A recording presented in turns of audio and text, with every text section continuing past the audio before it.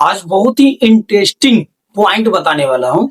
Biology में आज बताने वाला हूँ क्या, यानी classification of the living world में इंट्रोडक्शन जब मैं कर रहा था तो वहां पे जीवाणु और विषाणु का मतलब वर्ड आया।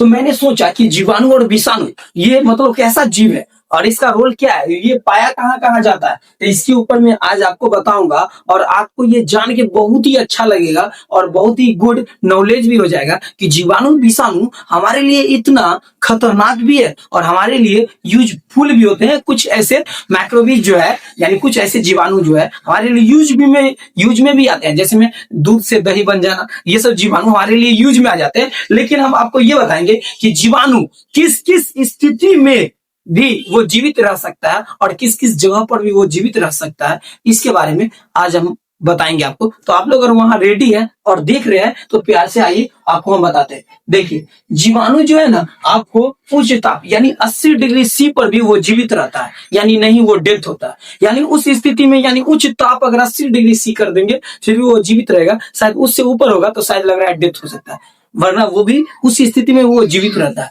फिर आगे अगर हम बढ़ेंगे तो देखिए क्या बोला है, जीवाणु बर्फ में भी जीवित रहता है, यानी कि बर्फ की स्थिति पर अगर दूसरा जीव बोलेंगे तो डेथ हो जाएगा, खत्म हो जाएगा, जल्दी मर जाएगा। लेकिन जीवाणु एक ऐसा जीव है, यानी उसका एक ऐसा मतलब बना हुआ है, सोचिए प्राकृतिक के द्वारा एक ऐसा पावर बना हुआ है उसकी बॉडी के अंदर कि देखिए वो बर्फ में भी जीवित रहता है और उसे कुछ नहीं होता है। वो वहां पर भी क्या है, लिविंग, नॉन लिविंग में नहीं आता है। जीवाणु स्थल, मरुस्थल, वहां पे भी ये जीवित में रहता है, रहे या न रहे। और इंटरेस्टिंग बात और क्या है जानते हैं, इंटरेस्टिंग बात और है कि जीवाणु देखिए रेगिस्तान से लेके झील, समुद्र, जहां पे भी रख दीजिए जीवाणु जीवित रहेगा, वो जल्दी डेथ नहीं होगा। और सबसे बड़ा इंटरेस्टिंग क्या है पता है, और सबसे बड़ा इंटरेस्टिंग ये है कि ये ऑक्सीजन के भी अब्सेंट में, यानी ऑक्सीजन अनुपस्थित रहेगा फिर भी जीवाणु उस स्थिति में भी ये जीवित रहेगा। लेकिन कोई ऐसा जीव हमको नहीं लग रहा है धरती पर कि ऑक्सीजन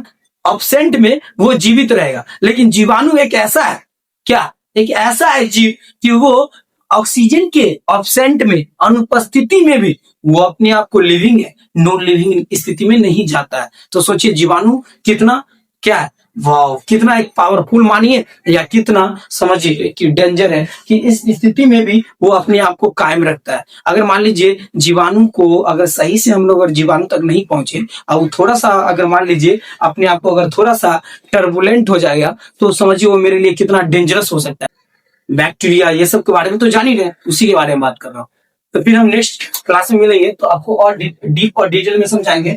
आगे जो क्लास में मिलने वाला है उसमें आपको ये बताएंगे 5 किंगडम ऑफ क्या ऑर्गेनिज्म, यानी कि 5 किंगडम क्लासिफिकेशन ऑफ ऑर्गेनिज्म के बारे में बताएंगे, जिसमें हम आपको ये बताएंगे कि सेल का टाइप और सेल मेम्ब्रेन, न्यूक्लियर और मेम्ब्रेन, और साथ में ये बताएंगे बॉडी ऑर्गेनिज्म और सेल वॉल, और साथ में बताएंगे मोड ऑफ न्यूट्रिशन, मतलब सेल वॉल किस किस जीव में पाए जाते हैं। और साथ में आपको ये भी जानने को मिलेगा क्या कि सेल वॉल और सेल वॉल हुआ और सेल न्यूक्लियर मेम्ब्रेन हुआ और क्या हो गया, बॉडी ऑर्गेनिज्म हो गया, मोड ऑफ न्यूट्रिशन, मतलब कौन कौन जीव में सेल वॉल होते हैं और कौन कौन जीव में सेल वॉल एब्सेंट होते हैं, ये सब जानेंगे।